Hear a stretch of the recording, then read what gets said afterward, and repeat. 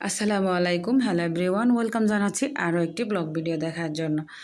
তো আজকের ব্লগে শেয়ার করব কোথায় গিয়েছি আর কি কি খেয়েছি, বেড়াতে গেলে আসলে দাওয়াতে গেলে কি কি করি আমরা, এগুলো একটু দেখাচ্ছি। প্রথমে দেখিয়ে দিলাম বেড়াতে যাওয়ার আগে যখন আলমারি থেকে কাপড় বের করি, সবগুলো কাপড় আসলে একসাথে এলোমেলো হয়ে যায়। তো আমার মেয়ে মেকআপ করতেছে, দেখেন ও কি কি মেকআপ করতেছে। আর এই বিবি ক্রিমটা পুরোটাই ও শেষ করছে। বিবি ক্রিম ও মুখে দিবে, তারপর হচ্ছে মেকআপ করবে। ও মেকআপ করতে এত পছন্দ করে, সব কিছু নিয়ে শুধু শুধু হলেও বাসায় মেকআপ করে। এই যে মেকআপ আর্টিস্ট মারুয়া মেকআপ করতে বসে গেছে। তো এখন তার মেকআপ শেষ, আমি নিজে মেকআপ করব না, আমি হচ্ছে ড্রেসটা পরবো, জাস্ট মাথাটা আশ্রাবো। কারণ ফুফুর বাসায় যাওয়া হয় প্রায় সময়। কত মডেলিং করতেছে দেখেন। আবার মোবাইলটা ড্রয়িং রুমে নিয়ে গিয়ে এখানে নাচতেছে ও।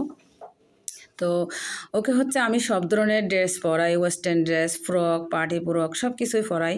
মাঝে মধ্যে একটু হাততারামি করে আর কি, পরতে চায় না। এগুলো আবার নতুন ড্রেস, এগুলো পরছে। তো ওকে প্যান্ট আর টি শার্টটা কিন্তু অনেক সুন্দর লাগতেছে মাশাআল্লাহ।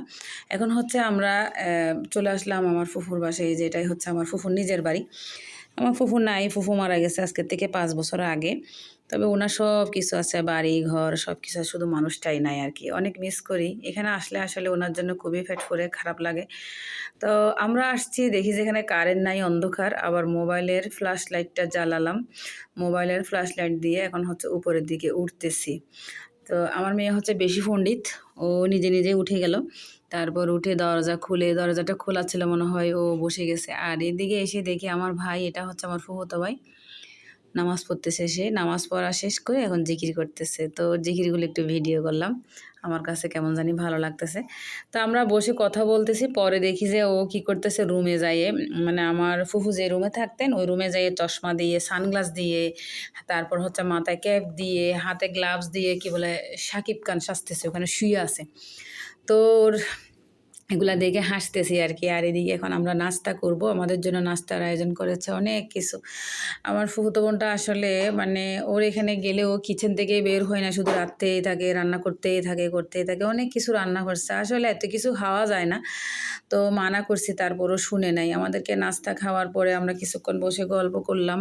তারপর হচ্ছে আমি কয়েকটা ভিডিও এডিট করলাম।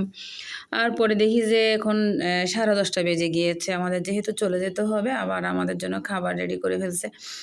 তো খাবার খাওয়ার পরে আমরা হচ্ছে আর বেশিক্ষণ বসি নাই, রওনা দিয়েছি চলে আসার জন্য। কারণ 11:30 বেজে গিয়েছে এখন। আসার সময় একটা তরমুজ নিয়ে আসলাম। এই যে তরমুজটা একদম টকটকে লাল, আর তরমুজ লাল হলে খেতে মজা লাগে। এখন কেটে নিলাম, মা মেয়ে বসে তরমুজ খাবো। আজকের ভিডিওটা এখানে শেষ করছি। আল্লাহ হাফেজ, থ্যাংকস ফর ওয়াচিং।